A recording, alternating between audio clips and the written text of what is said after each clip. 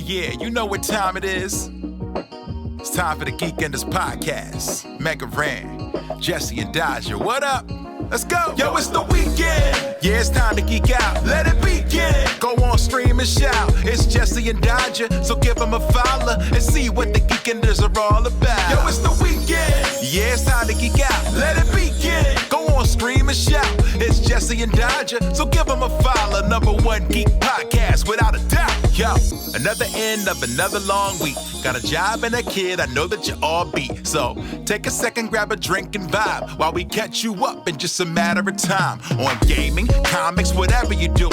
If you're nerdy like us, then you know you should tune in. Thank you for sharing our world with us. Now follow, subscribe, and turn this up. Yo, it's the weekend. Yeah, it's time to geek out. Let it begin. Go on, scream and shout. It's Jesse and Dodger, so give them a follow. #1 geek podcast, without a doubt.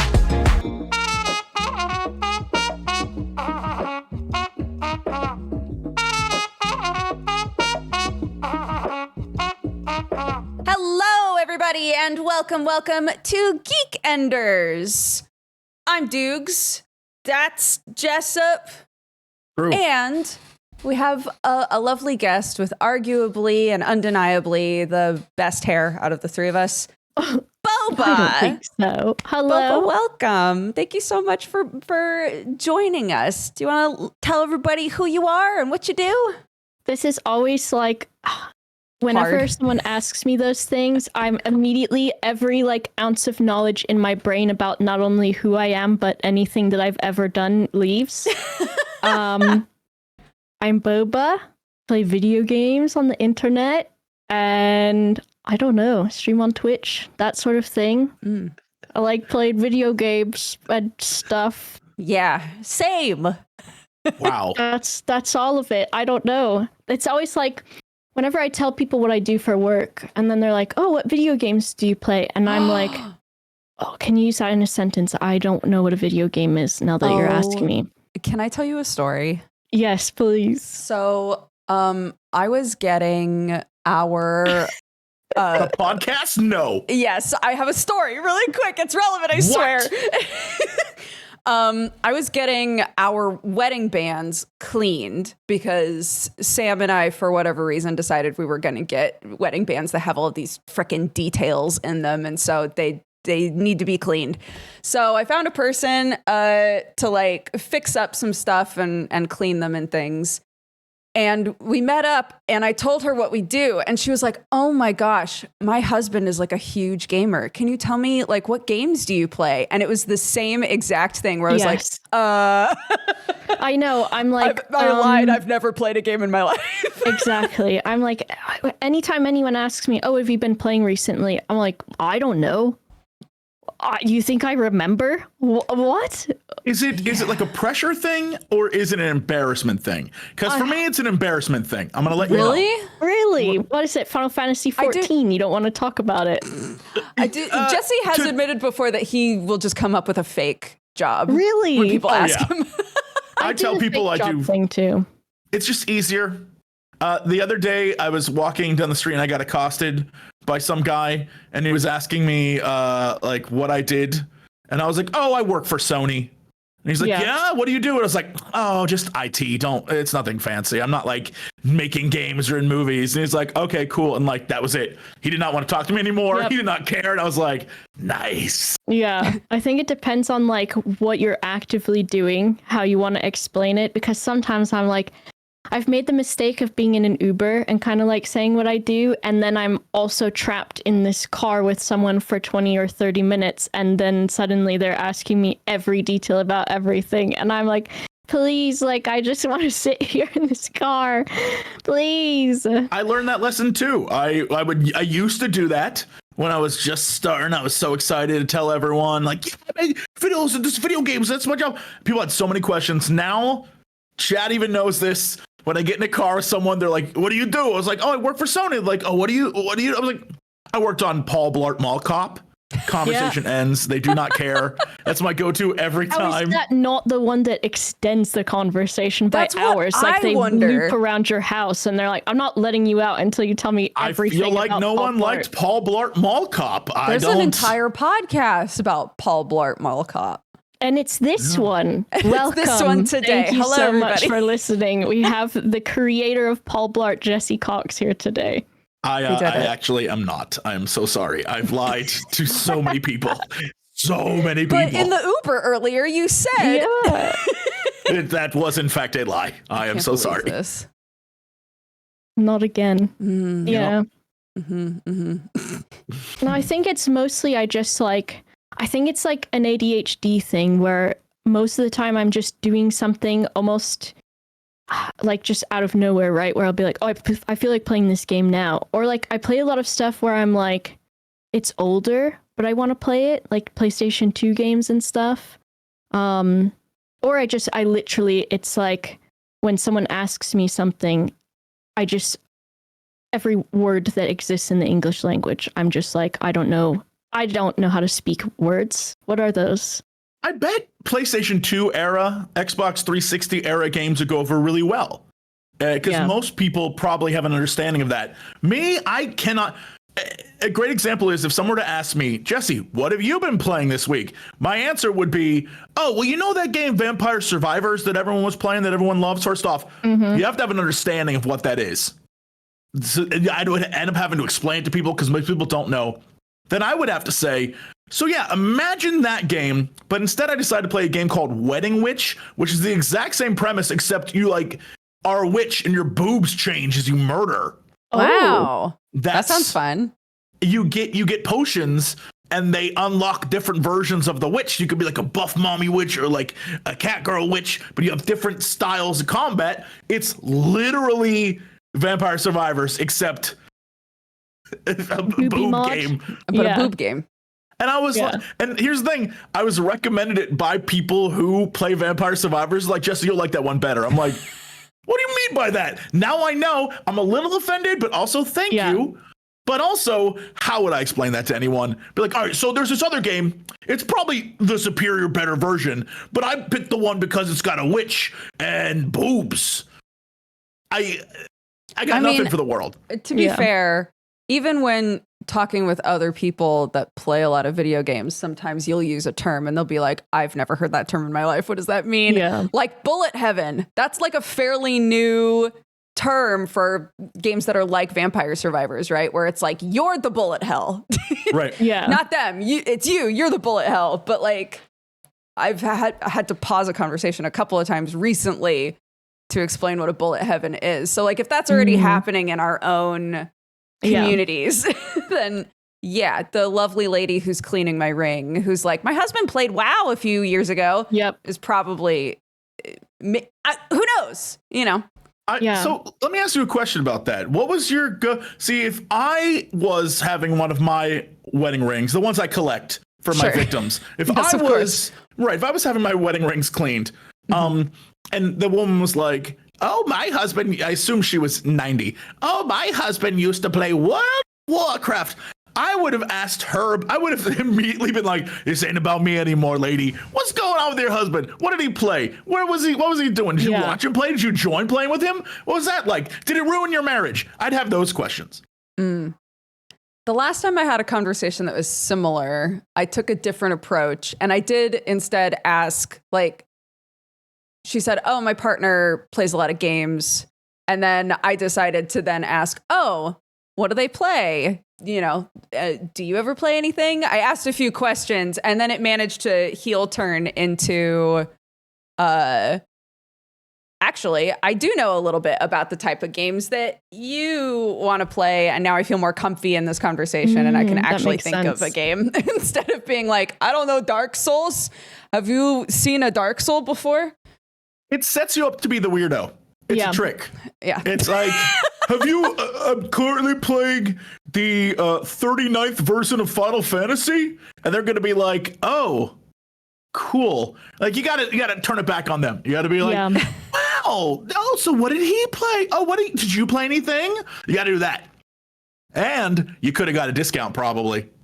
Like, what a nice young woman. Oh, here. How old do you think this person was? 90. How old are you imagining? I said 90. No, your victim was 90. Is the lady cleaning my ring also 90? My next victim, yes. Yes. Oh my goodness. She's got a whole collection of rings for you to take, maybe, because she's got to clean them. Yeah, I got like a dragon hoard's worth of gold back here, and I carry it with me wherever I go in a suitcase. I won't break the allure then. Thank you. You're welcome. Yes, she was 90. Great. She was a lovely 90-year-old lady, and her husband was obsessed with World of Warcraft. Yeah. Makes sense. I picked a goof, and I stuck with the goof, and it's this episode's goof now. Jesse Cox. Jesse steals wedding rings. Widowmaker. Yeah. Widowmaker. Okay. Perfect. Fantastic. Yep. What have you guys been up to this week? I know Jesse's been hitting the town running. Mm-hmm. Yeah, all over London, running around, eh? It's great. I got yesterday, maybe it was 2 days ago. Time has no meaning. I got one of those like TikTok reporter on the street guys got me. It was great. Amazing. It was great. Okay. Yeah, he had. I could tell something was up because he at first when he tried to here's my problem. I had a shirt on that said "Life is good." And I think he was like, this guy's a sucker and I'm going to get him. So I walked over. He was like, sir, can I ask you a few questions? And I thought since it was near a tube stop, this was one of those like sign a thing or give us some money for a thing, like that kind of vibe. Right. No. I noticed he had one of those square microphone thingies, those Rode mics. Mm-hmm. And he had another one in his hand. And there were two dudes with cameras. And he's like, what do you think about the modern dating scene? And I was like, oh, God. YouTube.com/Jesse Cox. And he called me an effing C, and I walked away. It was great. What the heck? Oh, that my is God. Such a strange reaction. Like, why didn't he play off of it? Yeah. That is weird. I hope I made it. I hope I made it on the TikTok. He's like, fingers crossed. Fingers crossed. I mean, if he made himself look like an FNC, then probably not. I mean, he didn't make himself. He just literally asked me a question. I don't know this dude. He seemed fine. Like, it didn't seem like he was like, hey, bro, I got like, what's wrong with women today? No, he's just like, what's wrong with modern dating? And I was just like, YouTube.com/Jesse Cox. And just walked away. It's great. Good. Very pleased with myself. That's the extent of what I've done. And it's been great. If you stumble onto that dude's videos someday, send it to us, please. Yeah. Well, if you, Jesse, because I got to be real with you, I don't think they're going to put you in their video. Well, then why would I stumble upon a video that I'm not in? Because you watch internet media? I don't know. Yeah, if maybe you you'll stumble see him onto internet media. Do you only watch things that you're in? Oh, I never watch things I'm in. I specifically go out of my way not to. So then this should be right up your alley, right? Because it particularly specifically will not feature you in it. Usually I watch videos where old men make like weird noises and like puppets dance. And because of like, Crendor. Yeah, I watch like weird stuff, mostly because it's sent to me by Crendor. But you know. Or I watch 20-year-olds react to the Lord of the Rings trilogy, realizing that they weren't born when it came out, and I feel old, but at the same time I'm like, look at these crazy kids enjoying good movies, and then I get to watch them cry at the end. Oh, it's lovely. Can I this is a really good jumping off point for me to tell you a little anecdote about my child. When she was like 4, I tried to read her The Hobbit, and she was not into it. Fair. Really? She was only 4. And then I got to play the most recent build of Tales of the Shire. And she was kind of watching over my shoulder while I was playing it and asking me a bunch of questions about hobbits. And I was like, homie, we should try reading The Hobbit again. I didn't want to, upset her too much by the fact that they do not stay in the Shire for very long. Yeah. But I was like, there's a bunch of books, dude, that this world is created in. We should try reading The Hobbit again. And she was like, okay, for any of you who are familiar with the story of The Hobbit, we've basically gotten to the point where Thorin Oakenshield is like, guys, are we all super jazzed to go on this adventure? And then Bilbo has a panic attack and passes out in his living room. Pop off, Bilbo. Yeah, that's as far as we've gotten. But have you ever considered making a Clark cut where it's just all the Shire scenes from Lord of the Rings. That would be amazing. I'm like, this is the movie, dude. Yeah, that's all it is. It's just for years and years and years, your kid will think the Lord of the Rings was a 20-minute film, a 20-minute trilogy of just cuts of the shot. She's like, wow, Sam really got a lot of courage from that party to asking out Rosie. That happened very good. Like, what happened there? That's Man, a quick happened quickly. turnaround. Yeah. Yeah, I'm so glad it all wound up fine and Yeah, everybody's everything happy. turned out perfect. Yeah. Nothing You cut out the scary ending, all the happened. sad bits. Yeah, nothing scary. No Nazgul. Works. But in the beginning of the book is mostly Tolkien, right, as the narrator, sort of explaining what hobbits are and how they all hate adventure except for the Tooks. My kid, in the short little bit that we've read of The Hobbit so far, is obsessed with Belladonna Took, who Really? is Bilbo's mom. How funny. Obsessed with her. Has convinced herself that she is the leader of the Tooks, is like the baddest bitch ever, and I'm not going to correct her. Yeah, why bother? Yeah. I won't. Yeah. So there you go. Belladonna. Okay. That's how far we've gotten. Has Clark started to equate Gandalf with Sam yet? No, Mm. because she asked to see what he looks like in the movies, and they don't look alike. Yeah, I'm so you should've sorry. just showed a photo of Sam. Oh my It's in the god. movie. Just recolored his hair. Yeah. When I showed her the picture of Gandalf, she said he looks like he likes mischief. So, which is true. Wow. He does. She knows. So that's I our can't- experience with The Hobbit so far. I can't imagine. This is how little time I have around children. I can't imagine a 6-year-old being like, he looks like he likes mischief. Like, I assume smoking a pipe at the time. Maybe Looks so. like he likes mischief. Yeah, would think she 'cause he loves looks to have like a a little grandpa. backy before she goes to bed, you know. I see. Sorry, Boba, what did you say? It's strange she didn't get like grandpa vibes from him, right? She wasn't like, "Oh, that's a nice grandpa" or something, you know. I But think guess- in the book they really give him vibes of like cuz you know he shows up and he just talks circles around Bilbo. Bilbo's like trying to be nice and be like, "Hey, good morning. I hope you're having a nice day." And Gandalf's like, "Oh, good day. What does that mean?" Right? And like just annoys Bilbo to death. And Bilbo's like, "I don't like this guy," actually. Leaves. Gandalf puts a weird mark on his door, also leaves, and then shows up later with like 15 dwarves. Yeah. So he doesn't come across as like a kind, fun old man. He's just like a weirdo, you know?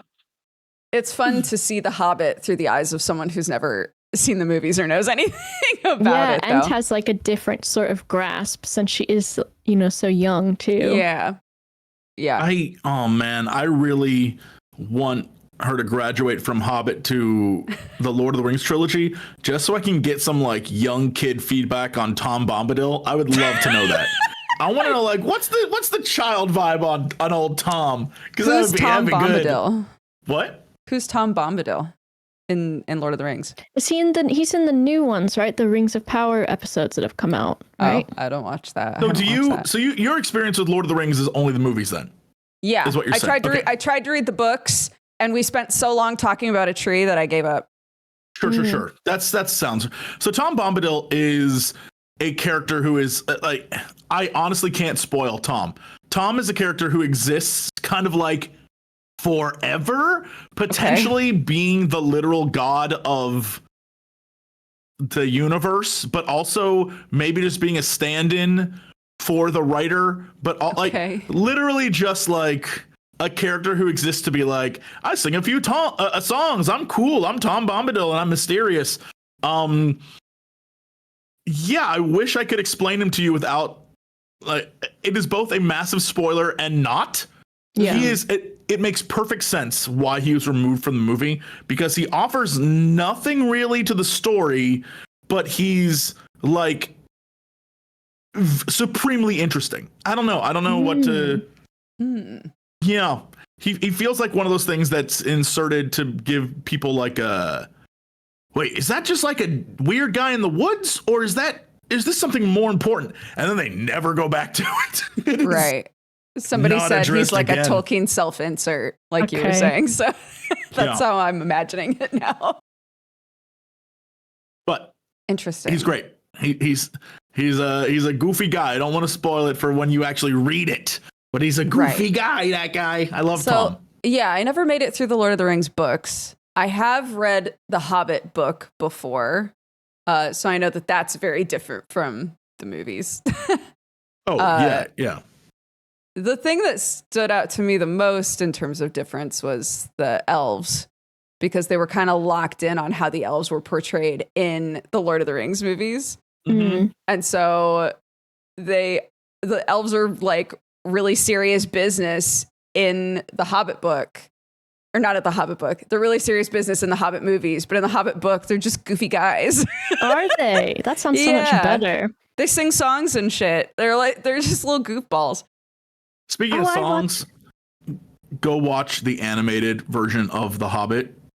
Or maybe it's Lord of the Rings, whichever one. I just watched that the other night, is what I was about to Really? say. It is fucking wild. And also, I don't remember because. So I watched it the other night and I was multitasking because I was drawing at the same time. So I was not like, I'm like, okay, I know what happens in the Lord of the Rings, right? So, but it's got some weird sort of like, almost like is it Joel Haver, to where it's like that animation where you kind of just draw over people. So there's like actual animation with goofy like Hobbit characters where they've got like big noses and everything. And then they've got like, there will be this like battle happening and it's just actual dudes that have been traced over. Yeah, but- the rotoscope stuff. Yeah. Oh, yeah. interesting. But it's kind of wild because I remember watching it as a child and that I was terrified because at some point they cut off Frodo's finger in it.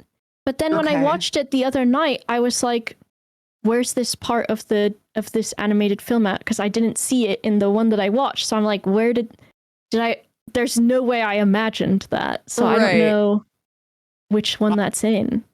All I remember from that is Gollum looking insane, but more importantly, Oh, he does. He looks. the Crazy. orcs have the most ludicrous song that makes me feel bad for them because they're like, we're just orcs and we're orking, but like when we get whipped, we gotta go fight. And I'm like, damn, it is Oh, crazy. Goodness. Mhm. There's a whole song. How old is that movie? 1970s, 1960s, something like that. The one that I watched the other night was 1979, which I guess people are saying there's more than one of them. Oh, so maybe but- the finger chopping happened at a different Maybe movie? so. I guess so, because I wonder, is that around? Because the animation style of the one that I watched looked quite similar to some of the characters from The Last Unicorn as well. Mm. Sure. So I wonder if the animation studio is the same or the artist was the same or something. I don't know, which is There also were- another wild and wacky animated film. Yeah, there's different versions of them. There's there's the, what's that guy's name? Bakshi. There's that. There's all sorts of different animated. I mean, like, this is during the time when Fire and Ice came out, or the movie where, like, I don't remember what it was called, but like a man kind of rode, like a wizard rode an ostrich or something. I do Like not a know. I red don't think I know ostrich. I any can't remember of what that one these. was called.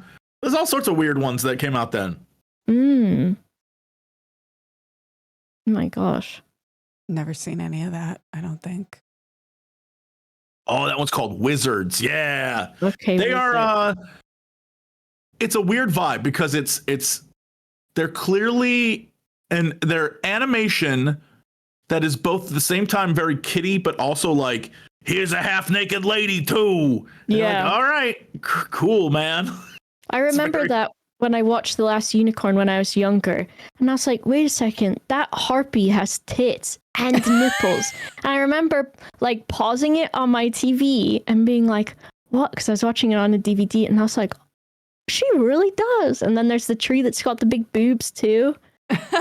Oh my gosh. Yep. That like universal child experience of pausing something and being like, should I be seeing this? Am I allowed to watch this? Yeah. My brother. It is a cartoon. My brother had recorded off of like a movie channel at some point the movie Cool World onto a VHS. And I just threw that in and was like, it's this part that I'm looking at right now is a cartoon. I'm sure it's for me. And it was very quickly, I was like, the horniest movie ever made. A very, very horny movie. Yeah. I was like, ever. I remember when I was little, I must have been, so my sister was about 8 years younger than me. So I think I was probably in high school. So maybe like 15 or so. So that would make her like 7. And we would go to Blockbuster with the family. Remember those days? And we would get to pick out our own movies that we wanted to watch. And so my sister one time picked out, what is it, End of Evangelion? My God. Yeah. And I remember that my parents put it on and they got to the hospital scene with Shinji and then they were like, oh, we shouldn't watch this. And I was not paying attention, so I didn't even know what it was. But I do remember them being in the hospital. And then so when I finally like watched the whole thing myself and everything, and I watched the movie, I was like, oh, this is where they were like, this let's was turn why. this off now. Yeah. So they were like, oh, it's a cartoon. You can watch that. Yeah. I think it's a rite of passage for every child to watch one truly inappropriate to watch with your parents film. I will never forget going to my parents were like, you're home for the holidays. We want to go see a movie.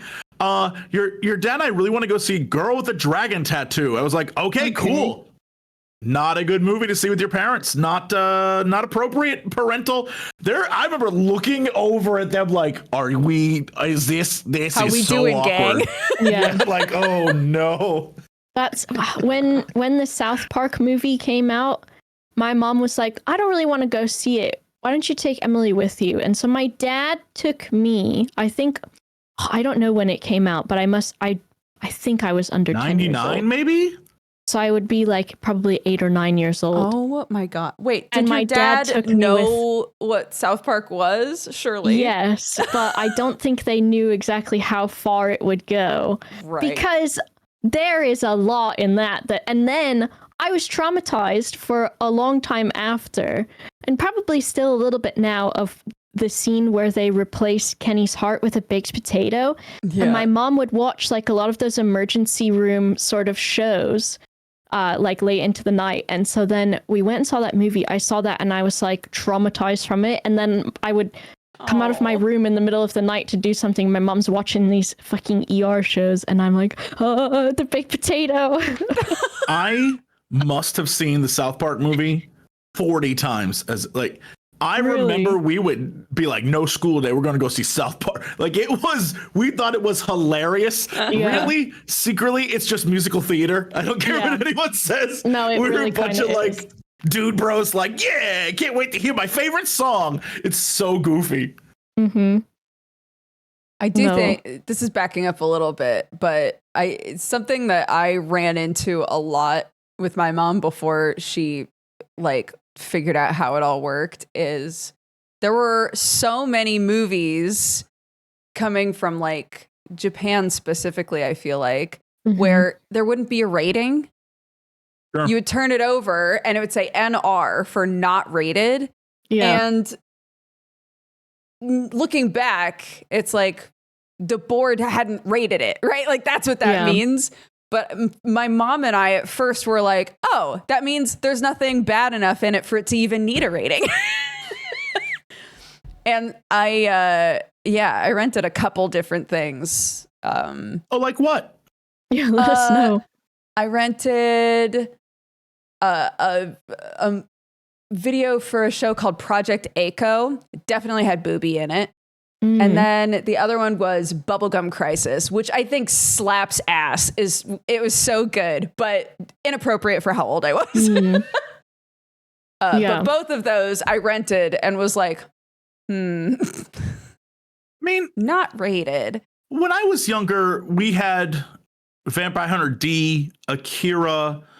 I don't remember if Ghost in the Shell was after that like initial first wave, but I remember being in my early teens / maybe 12 or like being like, yo, this is fire. So I mean, it's all perspective, I guess, but I love those. And Akira's got some messed up scenes in it, but I was like, this is the coolest thing I've ever seen. Akira used to play on the Sci-Fi Channel, and my dad would just leave the Sci-Fi Channel on all the time. Yeah. Well, it was also like you could watch Toonami in the afternoon, right? So I got Yu Yu Hakusho, I was a big fan of, and then Cyborg, what is it? Cyborg 99 or something. And then you would just keep watching, and I think Samurai Jack would happen somewhere in between that. And then Adult Swim, and you had like, what was it? Like the Big O was on, and then I think they had maybe like Tenchi Muyo or something for a bit in Cowboy Bebop. Cowboy Bebop and Samurai Champloo were happening during Adult Swim. Samurai Champloo is one of my favorites of all time for sure. Like holy shit. I've got the what's her name? Fu's dad's sword thing. Oh, that's so cool. Because that's like one of my favorite ones. Love it. Oh, how cool. Samurai Champloo, what a classic. And so fucking cool, the blend of like the hip hop music and then all of the samurai stuff. And they do graffiti and everything too. So good. Doctor? Yes. I just realized. Yes. You know how for a long, oh my God, I feel so smart, but also dangerous. So, you know how for a long time I've been like, I want a tattoo, but there's nothing I love enough to put on my body. I just figured it out. Okay, I ready. love Cowboy Bebop so much. What if right over my butt I have it say easy come, easy go? Hell yeah. There's so many ways to read that as well. Right, but like... Can you not just get the classic See You Later Space Cowboy? I mean, sure. But would it have been a funny joke? Probably not. Yeah. You could get but then it's not a potential poop joke, you know? Also, See a Space Cowboy is kind of like, who's reading that? What's that? Who's that back there for? You get easy come, easy go on the front, and you get See You Later Space Cowboy. There we go. I've never seen more eye to eye with a person in my entire life. Thank you. That's what you get. We're on your same page right now. That's what you get. I think my cam froze. Give me 1 sec. It did. That's okay. There you go. You're back. You're back. It was too powerful of a idea. No, it was perfect. The space-time continuum was broken. I don't know. With tattoos, I'm just like, I have a lot, so I'm probably also at the point where I'm just like, it doesn't really, I'll just get whatever, you know, where I'm like, sure. You know what? I like that. I'll get it. I've got the PlayStation symbols on my knuckles because why not? Sure. I've got a Raichu on my hand. My grandpa was not happy with that when he saw it. He was like, are you really going to do that to yourself? But you'll never be employed as a hand model now. Only for the Pokemon Corporation. Right. Maybe not even then. But no, I think I'm at the point where I'm like, even if it's silly or goofy, I've got an emote tattooed on the back of my leg.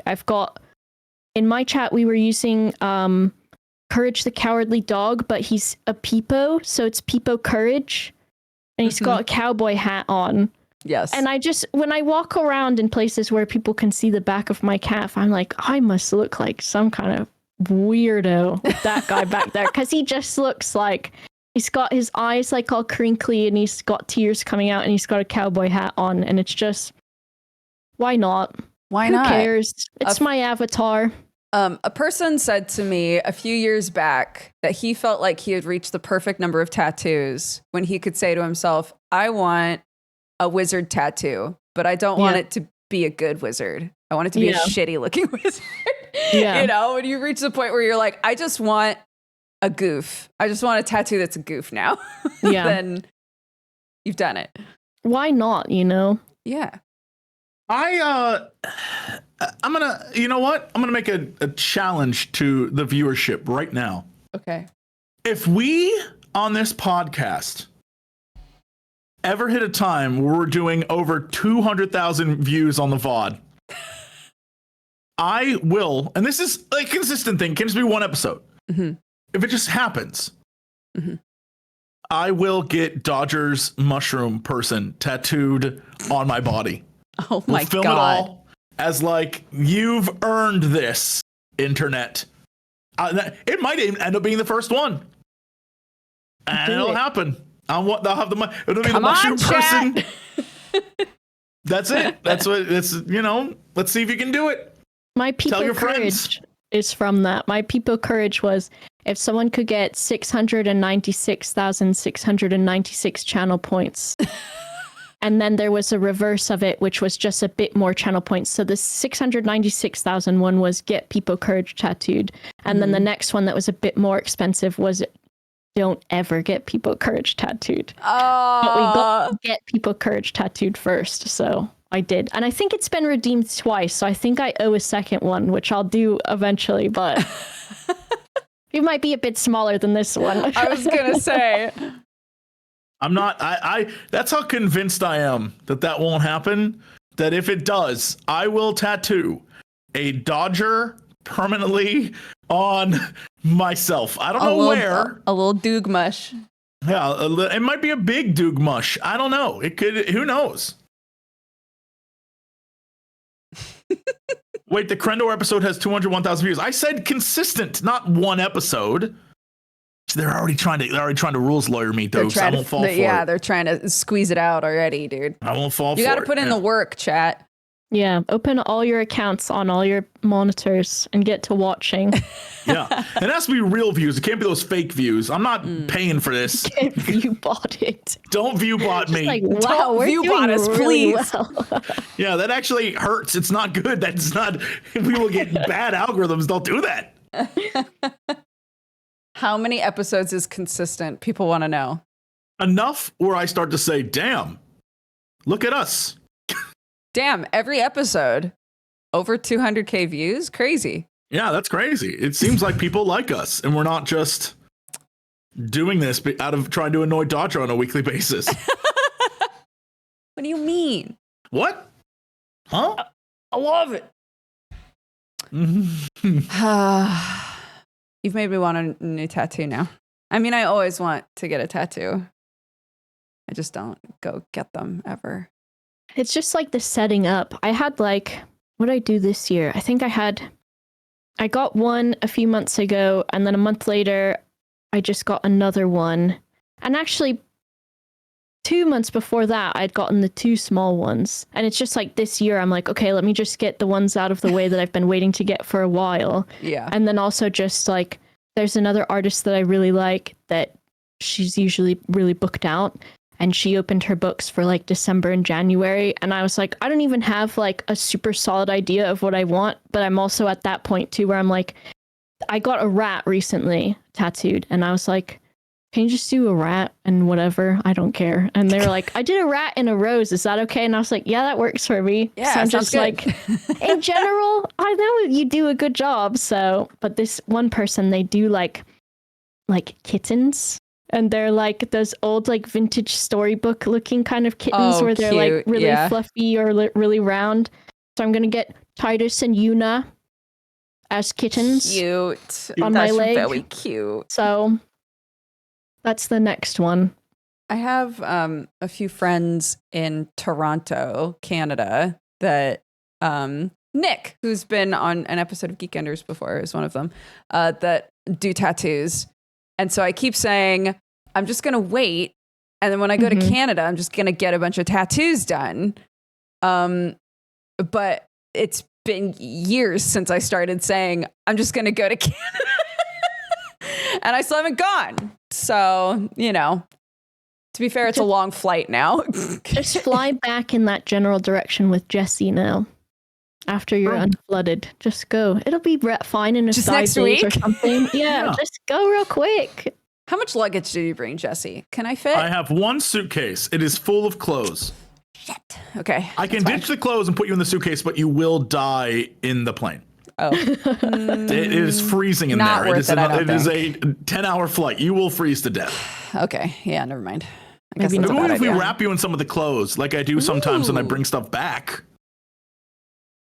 It There is you go. dirty clothes, and I have been walking a lot, so it will probably stink. But That will mask the smell from the dogs, though, that are sniffing for Yeah. True. This just got man stink in it. Ain't got no people in it. That's what the dogs will say. Nothing in here but man stink. Yeah, dogs notoriously hate man stink. They hate Just man stink. trumped Yeah. by it. Don't know what to do about it. Yeah, they definitely don't want to stick their nose in or around any man stink ever. No. Although man stink makes me want to get some sort of like goblin tattoo. Dodger, would you get a goblin tattoo with me? Yeah. But not like cool goblins, like goofy goober goblins. Yeah. Oh, hell yeah. Like a goblin, it's like, what are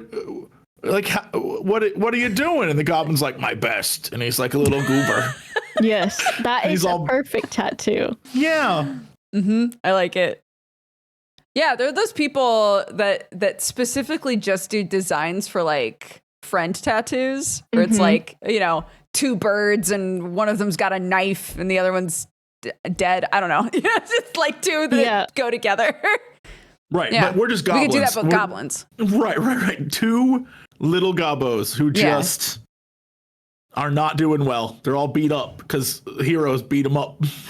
Oh no. I They're love like, it. oh man, back to Our the poor little goblin cave we gobbos. go. I Yeah. was about to be like, oh, we should do the goblins from the game that you had us do, where we rolled to find out what kind of goblin we have. But then I remembered that I think my goblin's butt was gigantic. I can't remember what it was exactly. Here's the if I ever become a full-blown tattoo person, or I get to the point where I don't care anymore, I say you and I go to the tattoo parlor, roll a d6 to determine what our goblins are, and that's what we have to put on our bodies. Great. Yeah, That sounds is a good way to do it.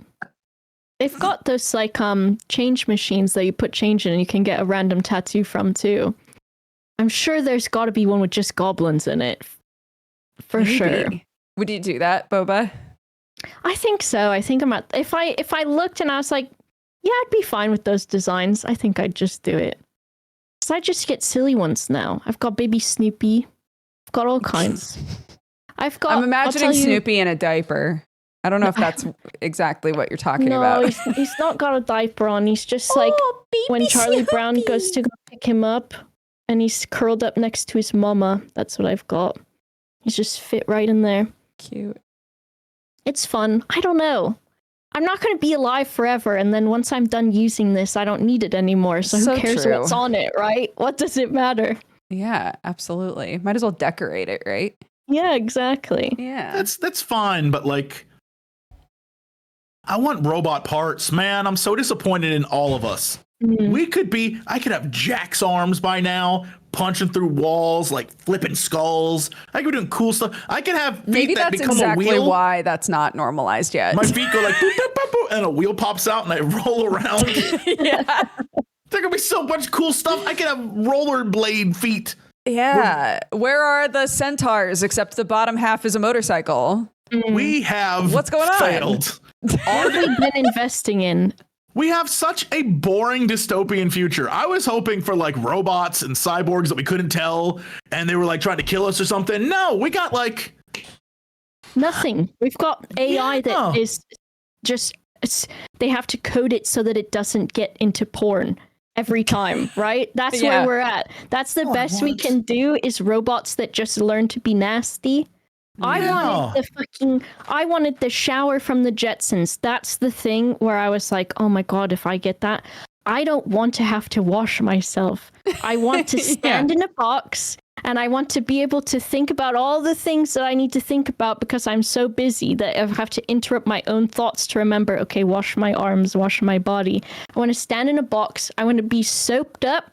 I want to be scrubbed up and I want to be rinsed off and I want to be dried and then that's it. And I don't want to do any of it myself. I'm tired of it. I think that's the problem is the vision I have is I'm with you, like robot hands come out like bump, bump, bump, bump, bump, bump, bump, bump, and they clean you. Instead, they're like sonic showers. We use sound to blast the dirt off of you. Like boring. Right? I want robot hands and soap. If I That's what I'm wanted here them to for. yell at me, I'd just go somewhere and say, youtube.com/Jesse Cox. Like, Yeah. I don't need to buy a crazy shower for it. It's disappointing. We could have flying cars. We got none of that. Instead, we've got Cybertrucks that set Cool. on Oh, fire. they're so cool. Did you guys Cool. hear that they have a little compartment in them? So there's the wheel here, and then there's a compartment right here that you can open, and you can keep stuff in there. That it goes right in front of the person that's in the passenger seat. Isn't that crazy?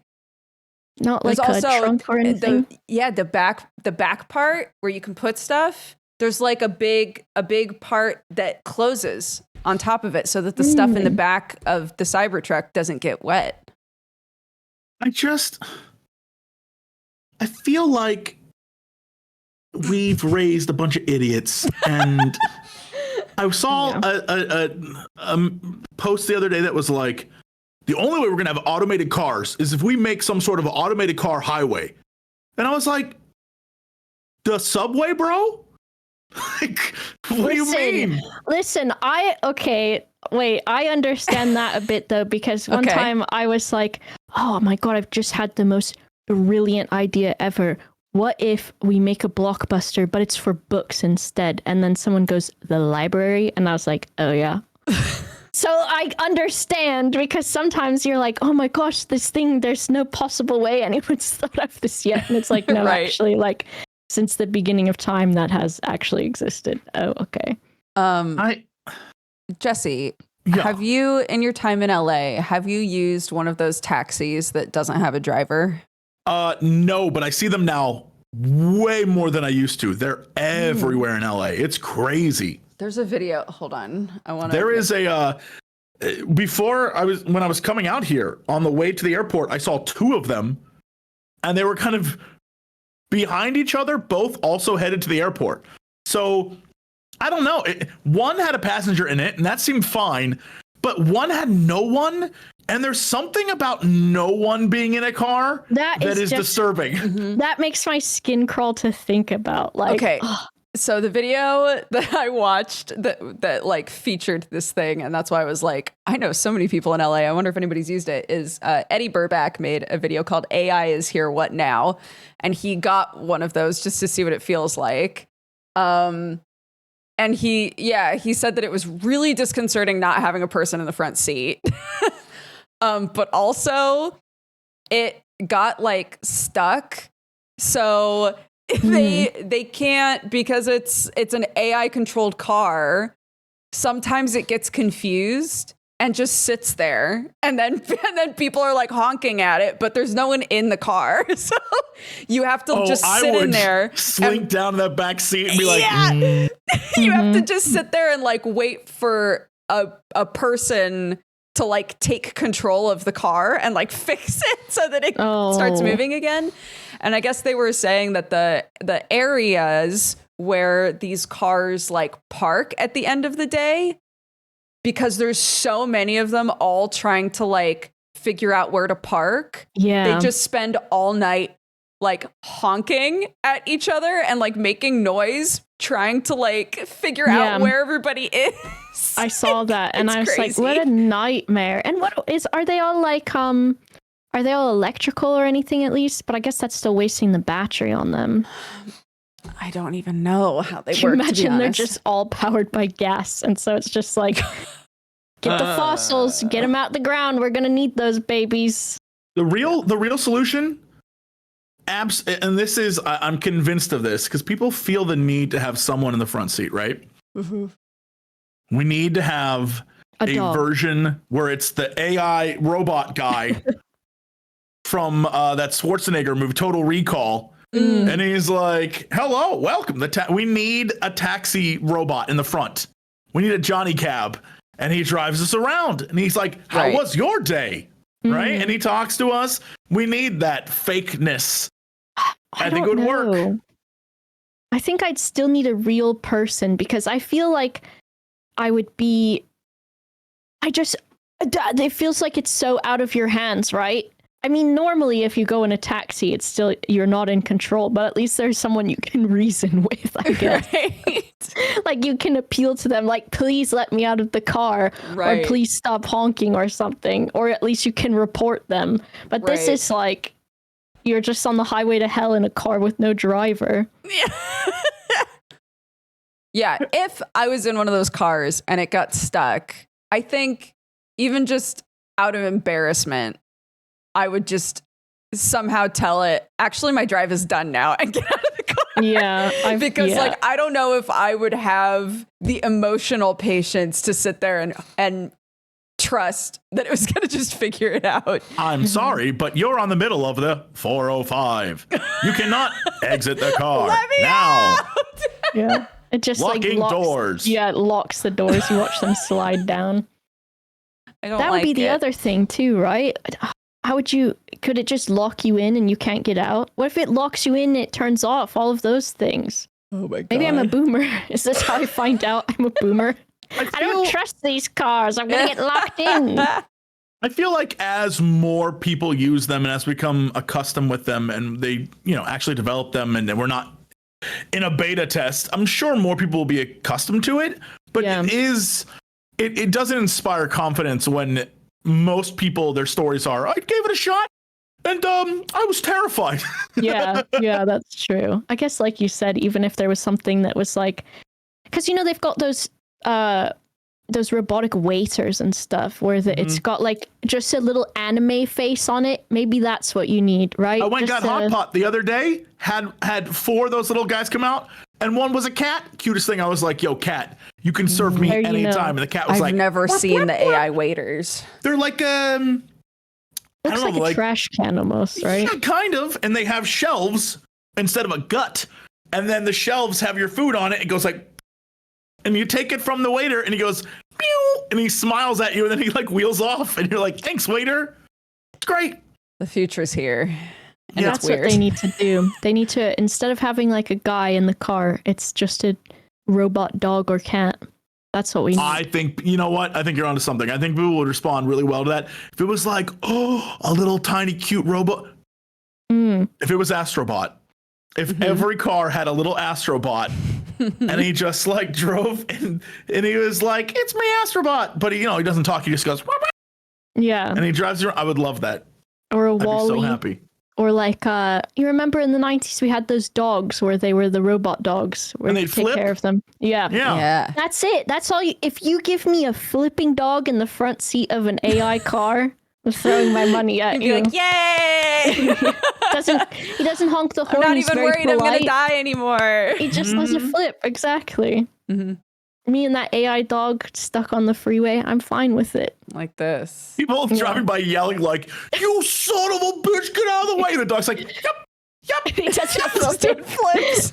How could you be mad? We're eliminating road rage. That's it. We've solved it. Honey, are you yelling at the dog? Well, he's blocking the freeway. Don't yell at the dog, Don't dear. yell at the dog. What did he do? He's just a cute dog, but he's blocking the freeway. And it's like you look over, every time the guy looks over, the dog's just got his middle fingers up and his eyes turn and they say fuck you in them. And then when the lady looks back, he's just goes, happy again. He does a flip. flips. And she's like, what's wrong with you? They get a divorce. The dog's It's a like, robotic dog. Yeah, he's doing the I see what you're doing, dude. This is a really dumb Black Mirror episode, and I It's perfect, love right? it. Much better. Much better than current Black Mirror episodes. You know dog what is they- giving me the middle finger. Honey, Exactly. dogs don't have fingers to give. Got none spare. None at all. It's a robot, dear. It can't give you the middle finger. In the background, the dog's like, yeah. It'd be great. That's When what I was we in high need. school, I used to daydream about having contact lenses that I could put in that would record my entire day so that when something fun happened, I could go back and like You mean take- like the Batman? Yeah, so I could like take screen caps basically of like nice moments with my friends and things so that I would have them forever. And now as an adult, I'm like, I wouldn't trust that at all. Right? How do you I turn it wouldn't off? trust that shit. That's me putting my tape over my webcam, but I'm doing it over my just eyes. put it over your eyes. I- Yeah. Guess I'm back Pulls to using lenses my out. imagination then. Mm-hmm. Yeah. I just had to look this up. And Yeah. yes, contact lenses are being developed that can record stuff. I'm not surprised. Man, I'm tired of it. I don't want any of this stuff. I didn't ask for this. No one can do anything in public anymore. Everyone's Where's going to my be shower? so awkward. Oh, that, yeah. Yeah.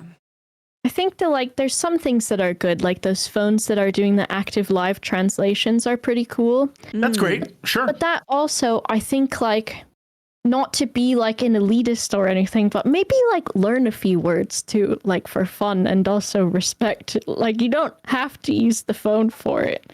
You can. Sure. I just like to have taking most the of my time to learn the conversations with the basics. phone between me and the person, though. I It's need very that barrier. pro-social behavior. Yeah. Yeah. Mm-hmm. I don't know. I think having, like, I don't need contacts that record everything around me, but I think having that built in, like what they were trying to do with the smart glasses, Yeah. where you could like see stuff, or it would. I know a lot of cars now have a heads-up display, which really isn't that exciting. It's literally just a mirror that angles up into your actual windshield, but you can see your speed and where you're at. You have a little map and stuff. All those things I would love. If I could get glasses that gave me the Skyrim, like the thing at the top where I The can see UI. my objectives and directions, that would be cool as shit. That's not bad. I thought you were saying you wanted to see in third person, and I was like, that sounds not That fun. sounds Oh no, I terrible. would trip and fall all day. All I would do is Yeah. fall over. No, I just want a cool UI. If we could just make a UI that you put glasses on, then you experience, you gamify stuff, that would make me so happy. Yeah, I don't need VR. Just some AR stuff would be great. Mm-hmm. Like a few cool things like, well, all right, I set my destination to my phone, and now on my glasses, my heads up display is telling me I need to go straight. I go that so I'm way. never, Yeah. I can just go rather than, all right, hold on. Am I going north? Oh, geez. I don't want to have to do that. Mm-hmm. No, making it easier, I think. You can do that with the new Meta goggles. How big are these goggles? I don't want to wear goggles. I would That's like like glasses. That's like an advertisement, though, right? Isn't it? Or like not a red flag, but something similar. If you've just got these big, huge dork goggles on, Yeah, because no, I'm people all are right. wearing VR goggles in like normal human interactions now, from what I've seen. And I don't know. What are you doing on there? I think that's the hard part, right? Is how do you keep the technology from actually creating a new barrier between you and another person? Well, we need to stop creating technology that covers up or pulls us away from real life and start creating technology that accentuates and makes it easier to live. Yeah. Rather than a lot of the problems is like, well, yeah, you can have your meeting in VR. Like, no, I Right. could just go have a meeting. Yeah. What do you mean? Being able to accentuate the meeting where instead of pulling up a PowerPoint, we can see stats and figures on our glasses or whatever. That's way cooler. Yeah. I don't, that's the kind of stuff I'm here for, but Or you can apparently that's not where we want to take things, I guess. So order donuts to your seat at the meeting with your glasses. That's what I'm want. saying. Yes. Yeah. Not any of that fucking other shit where it's just on a computer. Yeah, if you see a commercial, if companies want to really get us, this is how you do it. We see a commercial, we double tap our glasses, and it like orders it for us on Amazon or whatever. Like that's how you do. Why am I the evil genius thinking this up? It's right there. They don't know what we want. They don't know. Have you noticed? Do you have ALEXAs? I'm not going to say it, or she might hear me. No. They have gotten so bad to where, like, I used to be so nice to her because I was like, well, just in case, you know what I mean? Like, I don't want to offend her. But now it's like, if I try to activate it, the one in the room that should not be able to hear me is like, I hear you. What do you want? And then I'm like, no, wrong one. Or I tell it something and I'm like, hey, can you turn this light on that I've named?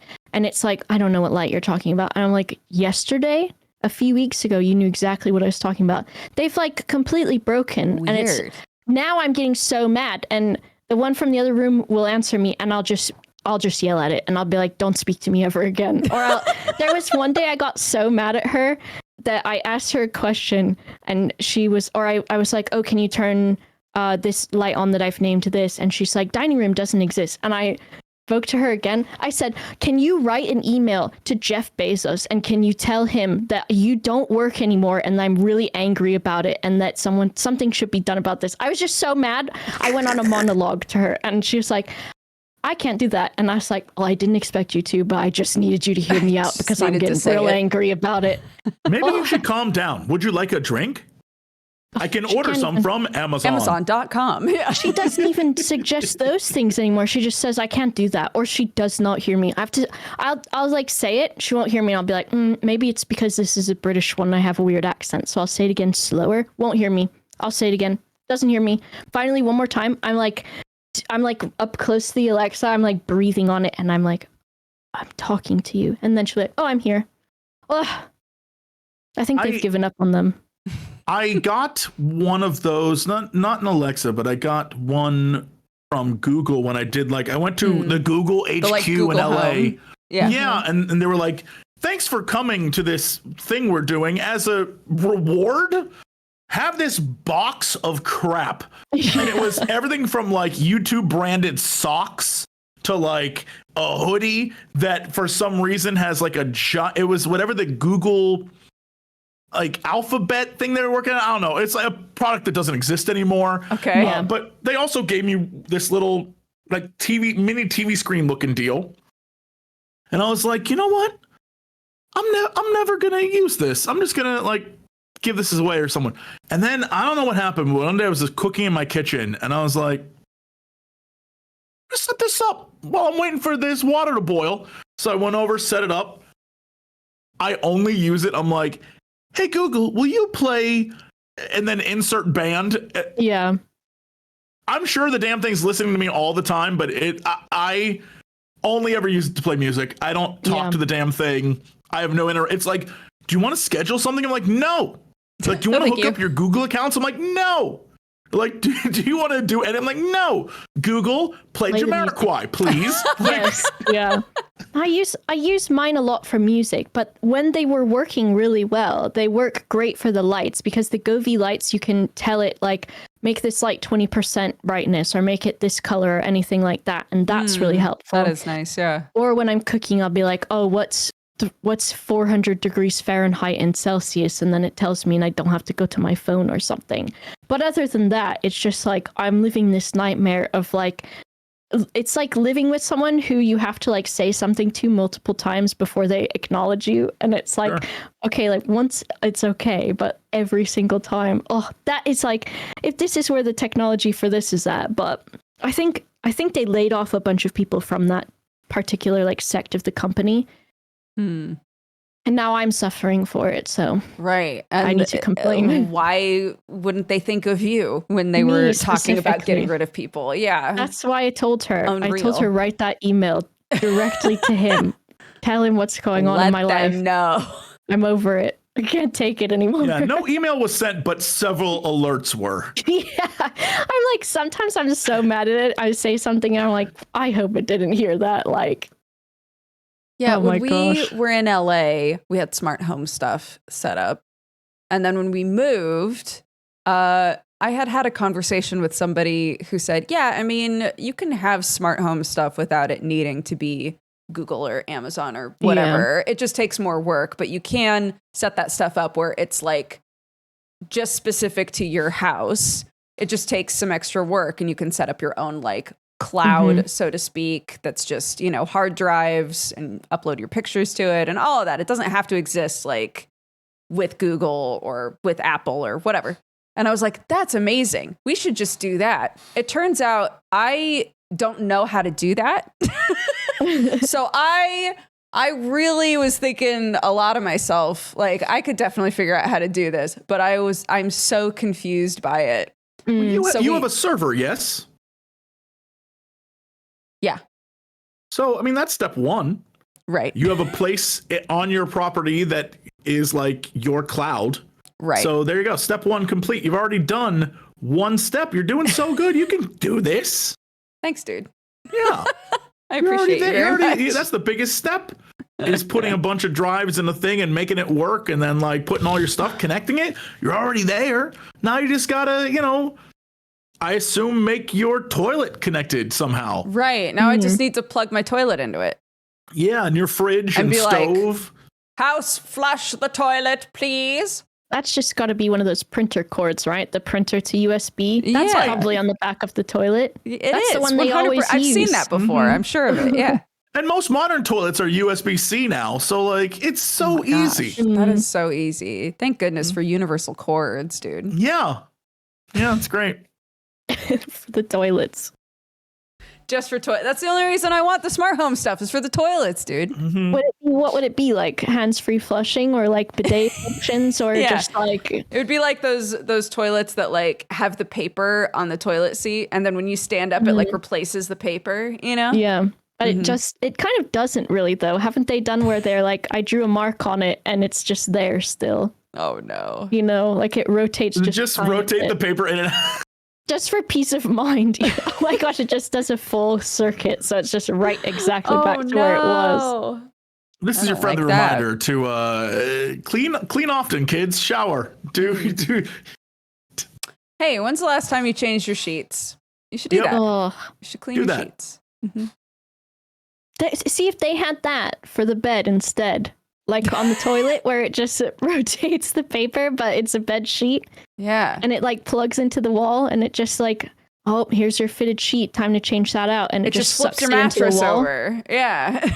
I saw Aladdin in theaters. They do it with Jafar's clothes. Why is that not? Why can't they do that for my bed? I saw his cape get sucked off his back 4 separate times in a transition of 30 minutes. Why am I changing my own bed sheets? Who's in charge? That's true, and that was a long time ago in Agrabah. So, like, what happened? Exactly. They had it figured out. Yeah. Is that some ancient alien tech? What's that about? How could they do that? That must have been what it was, right? That the aliens took it to them. Right. To us, it seems like magic, but really, it was ancient aliens. Right. The genie from a different world. That's why. That's why. Genies are aliens. Genies are aliens. Bring that to Mathis. Yeah. I'm sure somewhere there's a book literally about that. Like, guys, I figured it out. All ancient magic really is alien technology. Well, that's like the same thing because I have a degree. Oh my gosh. I have a BOFA. Literally, it's called a BOFA, a Bachelor of Fine Arts. That's what I went for. Yeah. That's what I went for. Oh my gosh, look at us. Mine's art history. What's yours? I was in the Bachelor of Fine Arts program for acting, but I kept doing things that weren't acting. And so they pulled me into a meeting and they were like, this is for people who are serious about acting. And it feels like you want to do other stuff. And I was like, you're right, I do. So I dropped the program. You to take the tap dancing elective and instead we see that you're taking statistics. Are you even serious about this? Why are you doing sound design on the Black Box show when you should be acting? Yeah. Anyways, so I just got a regular Bachelor of Arts. Yeah. I was originally going to do French and foreign language because I've taken just a ton of French over time. And then no one else was doing that degree, so it was going to take a super long time. So I was like, oh, while I wait, I'll take some art history. And then I just kept taking it, and I was like, oh, I really like this. And then when I went to graduate, the guy was like, you took like 12 more credits than you needed to. And I was like, well, I was having a good time. But like, that's the thing too with like all of those art things where they're like, oh, look, you can tell that this was aliens because of how they drew this. And it's like, no, I just think that they were just drawing it, because there's some art where it's like, especially in the Egyptian periods, where one guy was like, actually, I don't like that we're all drawing on a grid. Let's change this up. Let's all have cone heads and really long bodies and pot bellies because that's what I think is cool. So they're like, yeah, let's do that. But aliens though. It was aliens though. I just want to point out that all three of us have degrees that in no way For sure. affect our actual jobs, which is really funny. I mean, obviously, like theater-y stuff, sure. You could argue. But you could argue. I'm on camera. With that said, though, boy, what a waste of my time that was. See, I like having mine because I'm like, I liked knowing that stuff because I feel like I'm very much special interested in it, where I was like, I need to know everything about this now. And also the structure of learning that you get from university, I feel like once I left college, I was like, how do I learn stuff now? I don't know how to do it because I'm not in a structured environment where they're like, okay, we're going to go through this time period. Here's what you need to go. All right, here's what you need to know, blah, blah, blah, blah, blah. So I did that. What was your what was your experience like that it was structured? Because I'm going to let you know, mine was not. Mine was, can I fit all my classes in one day? Yeah. And then have the rest of the week to just goof off? Like, what was the structure you had? Because I had none. Zero structure. I think with mine, I started off, especially because we've all been through the American school system, I assume then, which was like, still at the beginning when you go into university, and for some reason you've still got to take general education stuff, which I thought was such a waste of time because I am not good at math. There's no way I'm going to be good at math. Can we just stop trying to do that? But I think like the way that I did it was because I was so specced into what I was doing that, especially with art history, it was like it's in centuries and stuff, right? So I'd be like, oh, I'll take Greek art and I'll take Egyptian art and everything. So then when you're going through the course itself, that was structured. So it was like when I had like Egyptian art and we're like, oh, we're starting in this year, and then when we finish we'll be in this year. So I think that's kind of what I mean, where it's like when I was interested in learning about something, I had someone to teach it to me and show me how to learn about it. Whereas now, where if I'm like, oh, I'd like to learn about this art history thing, but then I've got to like show myself where to access that information. Like, do I go to Wikipedia? Do I get the books? Like, what do I do? You know what I mean? And some things, I mean, like, I can learn about and spew all day, like Dragon Age stuff, but that's not like, that's because I'm experiencing it in sort of like a story rather than like actively learning about something, which I miss doing. I mean, that's why I took history classes, and that's why I double majored in history, because I like the story aspect of it. That's all history is. It's a lie if when they try to teach you dates and stuff, ignore that. It's a story. There's a start and there's an end. Probably when you die, there's your end. But like the idea of it, I enjoyed very much, but also structurally, I was all over the place. I remember between one semester I took it fulfilled both an English and a history requirement, and it was like writings to home, something Vietnam, and they literally gave us one book called The Vietnam Reader, and it was maybe like, I don't know, 50, 60 different things from Vietnam, books, whatever, all in one big book. And we would just talk about that. And then the next class I took after the next semester was like the life and times of Alexander the Great. There was no structure. Yeah. I was flowing through. I'm sure if I had like, kind of what high school is in the States, which is they start you with like, here's American history. And then, all right, now you're doing world history. And then, it starts to develop from there rather than me, which was like, I do want to watch Battleship Potemkin and learn more about early Russian cinema for some reason. Sure. Like, taking all of those doing. Like extra classes where it's like, oh, this, because I think at my school we had like, you could take like ballet and stuff. And I was like, ooh, I am kind of looking at that ballet. But I think I lucked out too, because pretty much all the art history courses at my university were taught by one lady. And she's the coolest woman ever. Like, I had such a like platonic crush on her because I was like, this is the coolest person in this entire world. And she knows everything about the thing that I like, and she's excited about it. And so I just took like all of her classes until there's like one other lady that did them too, and she was really nice. So I think I had like 2 of her classes. But it was my last semester that it was actually different people, and I was like, oh, this is hard. The biggest problem I think about theater classes, and Dodger, you can back me up on this. Yeah. They're kind of bullshit.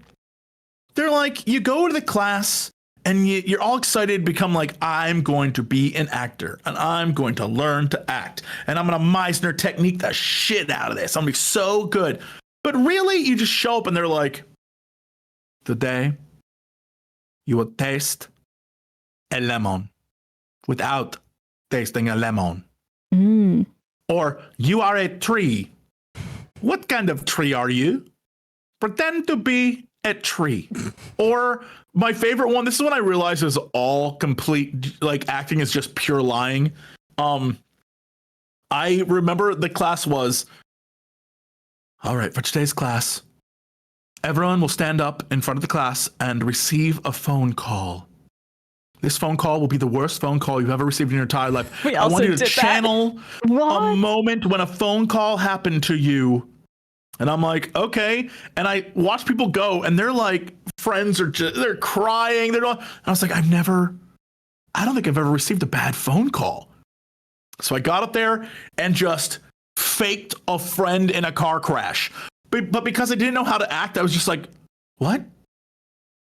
No, like that kind of stuff. And they were like, I'll never forget the teacher being like, that was the realest depiction of a phone call. You would not start saying what was happening back to the person. You would not, like, that's a real phone call. And I was like, yo, nice. I just lied through all that and didn't know what to say, so I didn't say anything. And they were like, yeah. Like, okay, sure. I do think like there are specific departments in college and university where they really value you being like, this is my entire life. I will dedicate every moment to whatever this department needs me to do, right? And theater is one of them. It's like, the theater needs to be your life. Do you love this art or not? You know, so I was in I worked in the theater department. I was there until like midnight all the time, working on whatever needed to get done, because I was mostly doing props and costume crafts. So I'd just be there until really late at night with the scene tech crew and everything. We'd just be building stuff until we had to go home, basically. And like, that was very normalized. And I think that that's common with theater departments, to have it be like, this is where you live, this is your life. Did you love theater? Did you have a special cafe in your theater department? No. We had, so on our college campus, there was obviously food courts and places to go, but in the theater department itself, in the big theater building, there was like a little cafe, and you did not go to those other places. You and the rest of the theater kids would go to the theater cafe and get the like crappy grilled cheese made by a dude who did not know how to make a grilled cheese. And you would be like, we are superior to the plebs who have to eat at the food court. For we shall eat our grilled cheese and drink our way too expensive lattes at 4 p.m. Mm-hmm. It sucked. Looking back, I was like, we were good. Like, it was the time period where, as like a young adult, you're trying to find yourself, but you were doing it in like the goofiest ways possible. Like this girl, I'll never forget, her name was Lauren. She booked an extra gig on a show that I think Richard Dreyfuss was doing. And I don't know, it was like, you know, she was just a background character. But that summer, after that summer when she returned, oh no, she was no longer Lauren. She was Lauren. Oh no. And I'm gonna let you know, hated that. I was like, what do you mean? She's like, I am Lauren. And we're like, Lauren? She's like, no. Like, well, what happened? Dead. Lauren's dead Lauren. now. She's like, I spent my summer in New York filming and I discovered who I really am. And I was like, I mean, I'm not going to tell you you're not, but I really don't like what has happened here. You got an ego all of a sudden. Like, you didn't do anything. You just sat in the background of scenes, lady. But whatever. Yeah. No, I think that's like, there's like the band kids and the art kids and the theater kids and stuff are kind of like similar too. Yeah. Where it's just like your identity. I guess the theater too. I assume, I guess the three of them still are probably very much where it's almost that like cult like you're saying like this is your life, and in an unhealthy way, like you have to prioritize that above everything else, which is not a fun way to go about it. Yeah. I mean, I think that the consideration there is them saying that it's your life and it should be your focus, is because I imagine that's them weeding out the many versions of Dodger and I who are like, you're right. This actually, I'm fine not doing this full time. Like maybe you're correct. I wanted to be here because it's fun, and now you're making it not fun, and I don't want to do this anymore. Yeah, I loved the idea of having a BFA. I just wanted a BFA, but I wasn't too broken up about it when they were like, I don't think that you're as dedicated to acting as you need to be for the acting BFA. So did you just get a BA then? Yeah, I just have a Bachelor of Arts in theater. Fine. I know. Oh I my know. God. And they made a really big because you had to audition for it. So they made a really big deal about like, we only accept a couple people a year. Do you want this or not? You know, I was like, well, I guess I don't want it as much as you want me to want it. That's fine. So different. Because I've got the F. You do have the F. I know. I've got the Bachelor of Fine Arts. But for me, it was like my last semester, I took 3, I think they're called like seminar courses, and they were so difficult. But it was just like, oh, we need you to write a final paper. And each final paper was supposed to be like 10 to 15 pages about like art pieces, which is still a lot, but it wasn't like, you know, weirdly hinged on like, do this one sort of like acting thing, and that's how we decide. I must stress, it all in retrospective, I know it's not. Please stay in school, go to school. As a teacher, I must stress, please. But it feels a little scammy because high school felt difficult. College felt slightly easier because I was doing the things I wanted to do, but also difficult. Yeah. I got my master's. That was the easiest thing I've ever done. My final, I had to write a 30-page paper, and that was the big thing I had to do at the end. And then I met my professor at a coffee shop. She flipped it open, looked at it, and was like, great, A. Yeah. I was like, what just happened? She's like, good work. You showed up to every class, and you paid attention, and you did really well. So, like, congratulations, master. I'm like, what is... Yeah. Did I earn this? What's happening here right now? Yeah. So, man, I considered going for that too, because my professors, they were like, oh, we really want you to go to the master's program. We want you to get your PhD, because especially the teacher that I really, really super like, she's like, oh, you should become a professor too. And like the other professors I had were like, you should become a professor. And I was like, yeah, like that sounds good and everything, but also it does sound like a lot more time. And also I still already owe like $30,000 to the US government. And so how much more will that be? Like my friends owe $80,000 for like the same degree that I have, but I, you know, had some fast fun stuff or whatever going on. So you want me to pay how much more? And then I can be a professor and then get paid professor, you know, salary, like, which is great. And it's so good. But I think like you have to really be dedicated to that. And I think also like trade schools need to be more of a thing. Like, I feel like we've really stepped back from that. And like, I don't think college or school is for everybody. And I think that's fine. But I think like you need to give people access to things so that they can still be successful. And it's not just like, either go to a university and pay a lot of money or just get, you know, a degree that you have access to. I do think that's something that obviously I didn't go to school here in England, but from what I can tell, I feel like the United Kingdom is a bit better about that because, correct me if I'm wrong, but you hit 16 and you can just drop out and do a trade school or intern somewhere, or like, you know, you can continue with your schooling if you plan on going to university. But if you know that that's not what you want to do, you can just drop out at 16 and be like, I'm going to be a plumber, dude. I'm good. Yeah. You know, or like there are ways that people sort of finagle things differently. Like my sister-in-law did go to university, but she was like, I know exactly what I want to do already.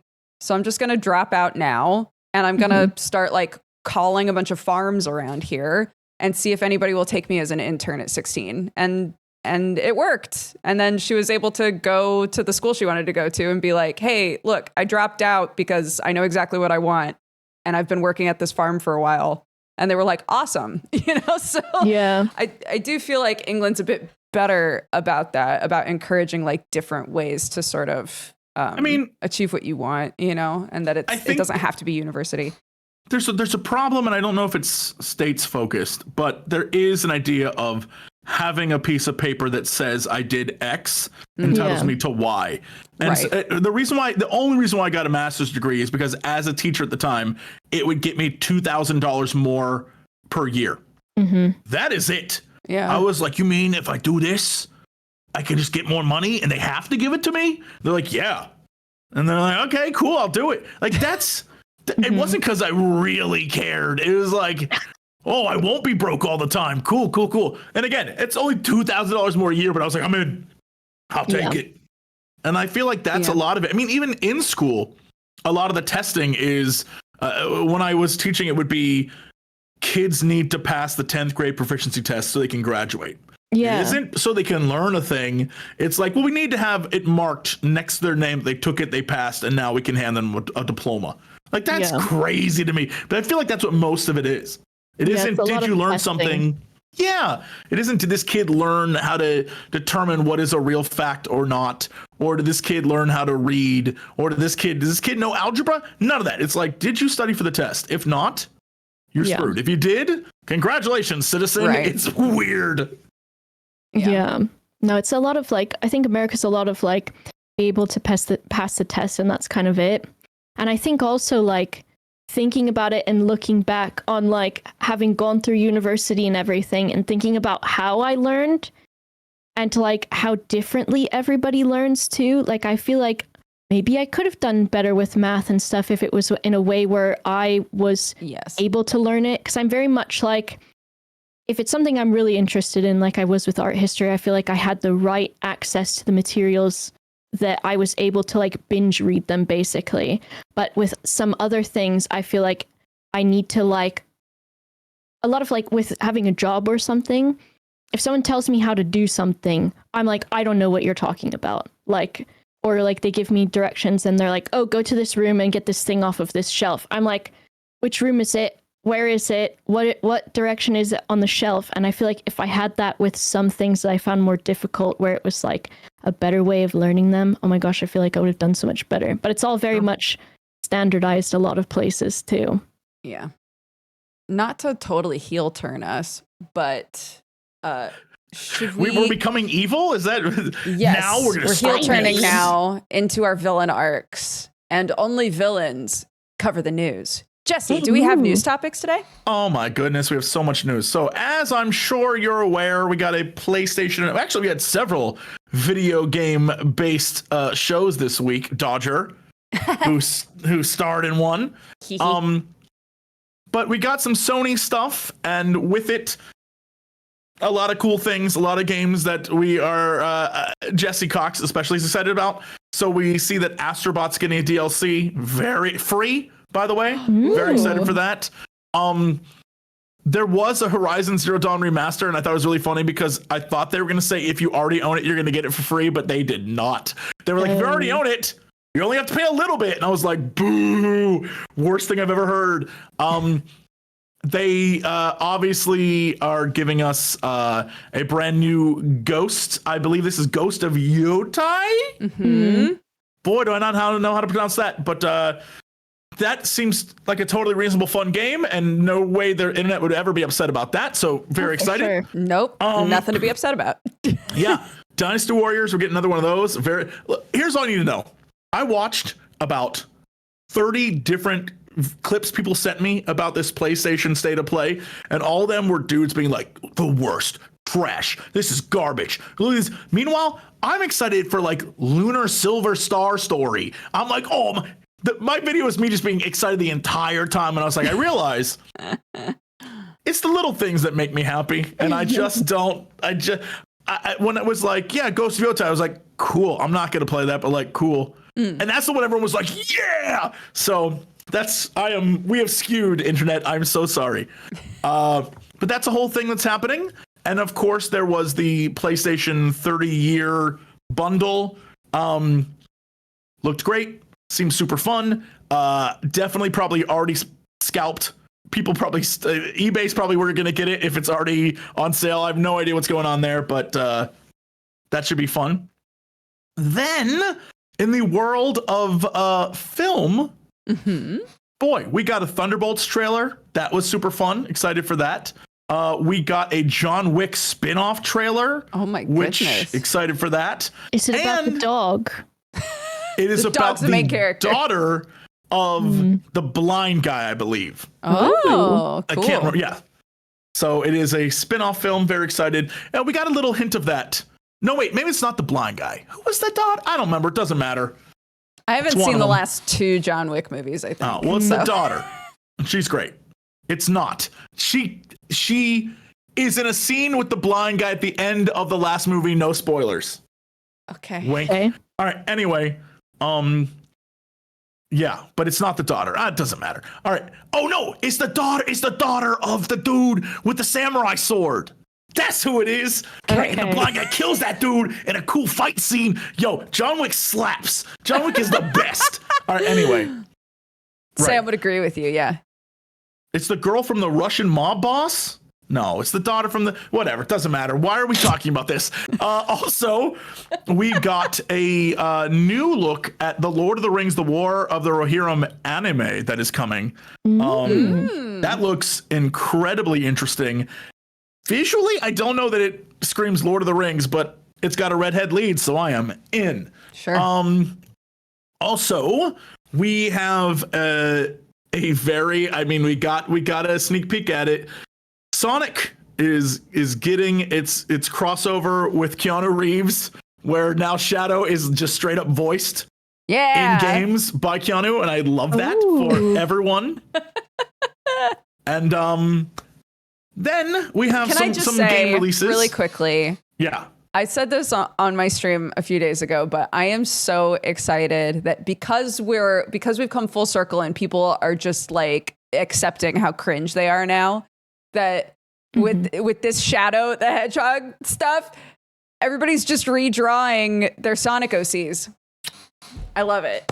I love that that's where we're at now. It just makes me very happy. Anyways, continue. Then there was some big news this week that I think a lot of people got thrown for, which was the fact that the new Assassin's Creed game, they just pulled all press coverage of it. They Why? completely shut down talking about it, and everyone was like, this is what happens. We did it, internet, we won, or whatever the hell people were talking about. And then they were just like, we're delaying the game. I don't know what for, I don't know why. I imagine it has nothing to do with the internet being the internet. I feel like it's probably game dev stuff, but Ubisoft delays games all the time, so that literally doesn't affect me whatsoever.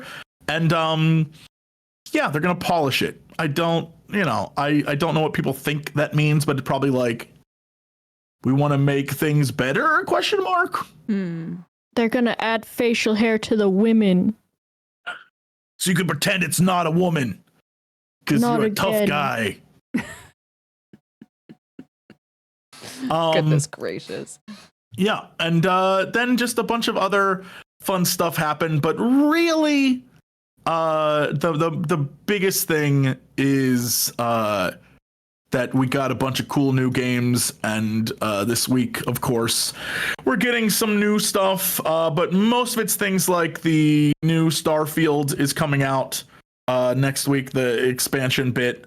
We're getting some Until Dawn enhanced for PC, some Looney Tunes is a thing that I get, and another Worms, because everyone loves the Worms. And really, if you're not right now messing around with Zelda, what are you doing? Why are you not? Why are you I'm not so helping excited that to princess? play the new Zelda with my kid. I'm so excited. Yeah, It's gonna be so fun. that's really it. Thankfully, nothing too insane this week in the world of news. Since you mentioned it, I will plug it. Yesterday, I was one of the co-hosts for a game event with someone that we had on a past Geekenders, ESO Danny. He was the other co-host for the Convergence Games Showcase. It was all indie games. It's like 80 minutes long. So that happened yesterday. And if you want to know what games were involved in it, there's a whole Steam list, a curated Steam list for Convergence that got put together. So anything that looks good to you, you can wish list. I must stress, I totally forgot. Obviously, we got a Monster Hunter Wilds release date. We also got the Pirate Yakuza game, which is insane and amazing. And we also, I literally was just looking at this, and now I've completely forgotten it. But a bunch of other games that exist now are getting some really cool stuff. So there you go. Sorry. How dare you? You monster. I was busy thinking about my boy Astrobot. He's getting a DLC and he's got some cutie pies in there. And I'm like, Astrobot. That's all. Astrobot? And a Metaphor demo came out. And the Metaphor demo, as far as I haven't played it yet, but as far as I can tell, it contains all the things that I played when I was at the Metaphor event. So if you were curious when I say why it's a Jesse game, y'all play that demo.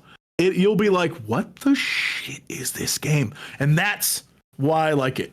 Oh, the witches have boobs, don't they? You have no clue. What Metaphor is beyond witch boobs. Metaphor is like, that witch is actually a pomegranate, and each of those little pomegranate seeds are boobs. And also, it's a reflection of our own desires to live. Like, it is crazy. I love it. I think we did it, right? I think we did. I think we've done this. Things have happened. The podcast? I need you to give chat homework. Ooh, okay. So, what is a game, a movie, a comic, a book, whatever, that you think more people should give their time to, should take a minute to watch, should read? Oh my gosh, okay. My favorite games are the Dragon Age games. Okay. And those are good because another one's coming out. I'm not sure how I feel about it yet because I'm very wary of many things and I'm an anxious person, but they're really good. And there's 3 that you can play that are out already. And the first one is very old, but very good. And it's kind of like playing Dungeons and Dragons, basically. And there's romance in it. And then there's a second one and there's a third one. But the cool thing is anything that you do in those games gets referenced in the ones that come after. So even your first character that you make and play in the first game, they talk about them in the third game. And that's fun. It's really cool. So those are some of my favorite games ever. Is that one of your concerns with the fourth one coming? Where it's not you aren't importing your save? I think a bit because I think that's one of my biggest things about it is because it's probably also an autism thing, but I'm like, when I play Dragon Age, I've played it so many times, and each time I'm like, this is going to be my canon run, so I have to do everything exactly how I want it to go, so that it's my canon story that I want it to go that way. Which is how I did it with Baldur's Gate. I had spreadsheets for characters for Baldur's Gate where I was like, these will be the decisions I make and who I romance and everything. Right. So I think with the new one, yes, but I'm also kind of just like, I don't know. I didn't super enjoy Inquisition when I played it, and I've still not gotten through it the whole way. But the first and second one are so good. So I'm not sure. But yeah. And then Which one is your favorite? I think it's gotta be the first one, just because if you've never played the first one, you can play as a human, an elf, or a dwarf. And then there's classes that are rogue, warrior, and rogue you can do a duelist or an archer, and then warrior's got a couple of different ones, and then there's mage too. But there's so much lore and history in them. But for the first one, the replayability of it is ridiculous because I've played Baldur's Gate 3 a bunch over and over again because I love it so much. But Dragon Age, the first one, if you play as a different race and a different class, you get a different story almost every time. Sure. So the starting area for the elves, depending on if you play a forest elf or a city elf, is different. And then the human one is different. And then there's a human noble one or a poor person one. And then it's the same for the dwarves. You might be a dwarf that's part of the royal family or not.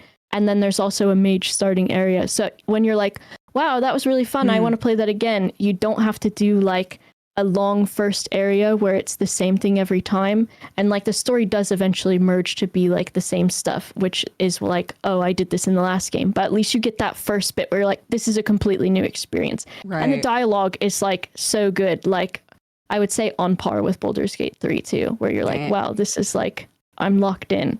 Always recommend those games big time. Fantastic. Boba, thank you so much for joining us today. Thanks for having me. I was really nervous. Oh, you were fantastic. Yeah, it was great. Nervous. Thanks.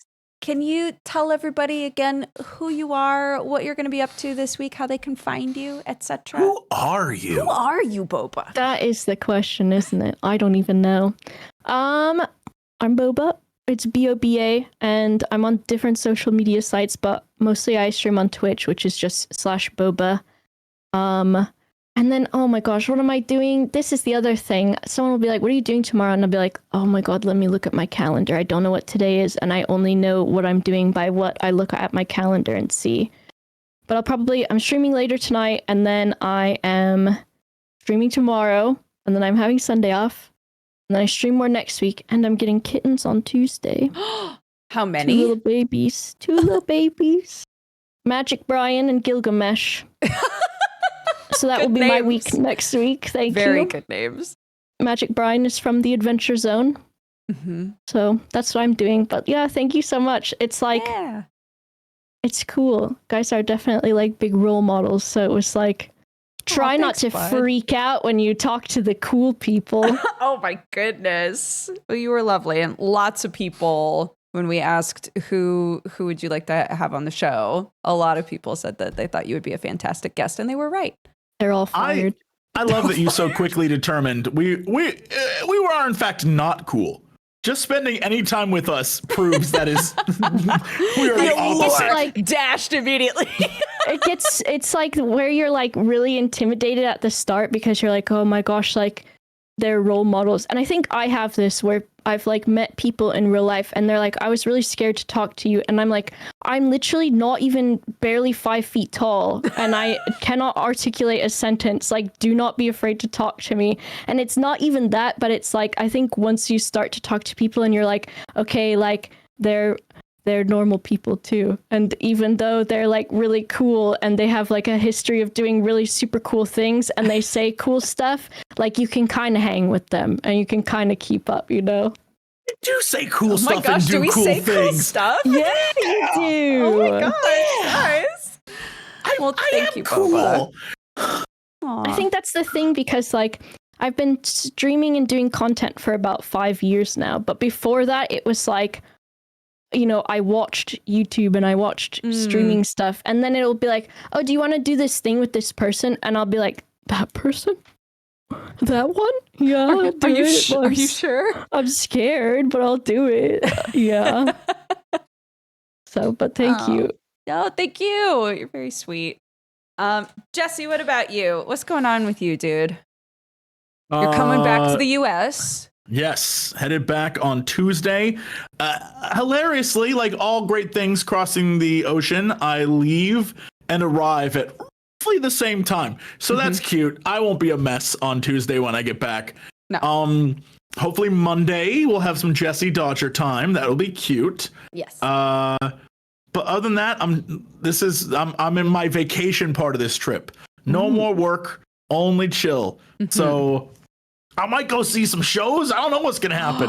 Watch out so now. Fun. You should. Yeah. So that could be me. But right now, my plan is I'm going to leave this hotel room, walk down the street until I assume into Soho, and then find a Nando's, and I'm gonna get a double chicken wrap, no mayo yogurt, extra hot, with a side of chips, extra spicy.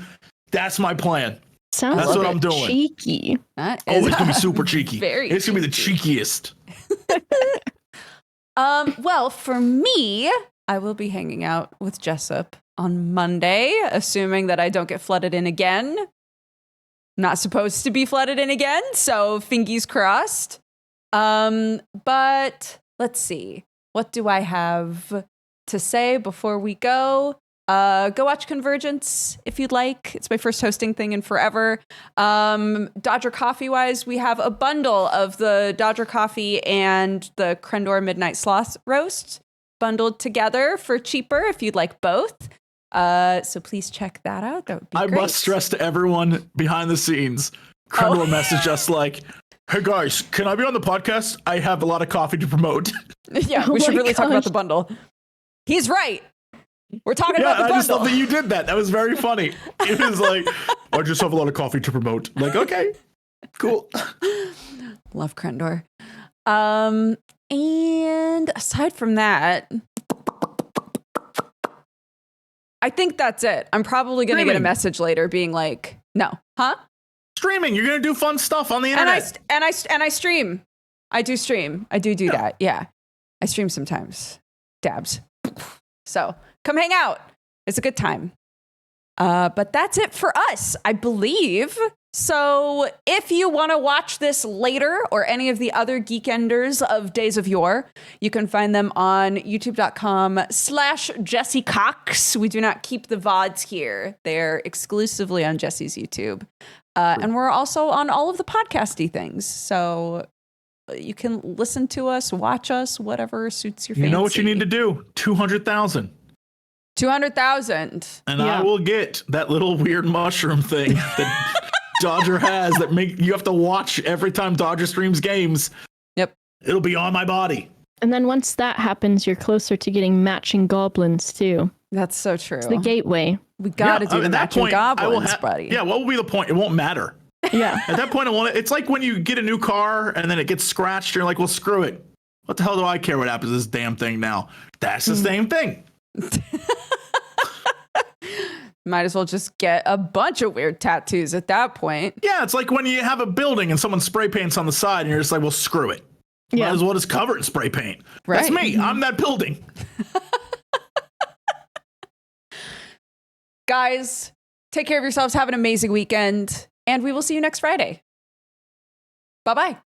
Bye. So long. Bye. Farewell. Auf Wiedersehen. Bye. Adieu. Yeah, you know what time it is. It's time for the Geekenders podcast. MegaRan, Jesse and Dodger, what up? Let's go. Yo, it's the weekend. Yeah, it's time to geek out. Let it begin. Go on, stream and shout. It's Jesse and Dodger, so give them a follow and see what the Geekenders are all about. Yo, it's the weekend. Yeah, it's time to geek out. Let it begin. Go on, stream and shout. It's Jesse and Dodger, so give them a follow. #1 geek podcast, without a doubt. Yo, another end of another long week. Got a job and a kid, I know that you all beat. So take a second, grab a drink and vibe while we catch you up in just a matter of time. On gaming, comics, whatever you're doing. If you're nerdy like us, then you know you should tune in. Thank you for sharing our world with us. Now follow, subscribe, and turn this up. Yo, it's the weekend. Yeah, it's time to geek out. Let it begin. Go on, stream and shout. It's Jesse and Dodger, so give them a follow. #1 geek podcast.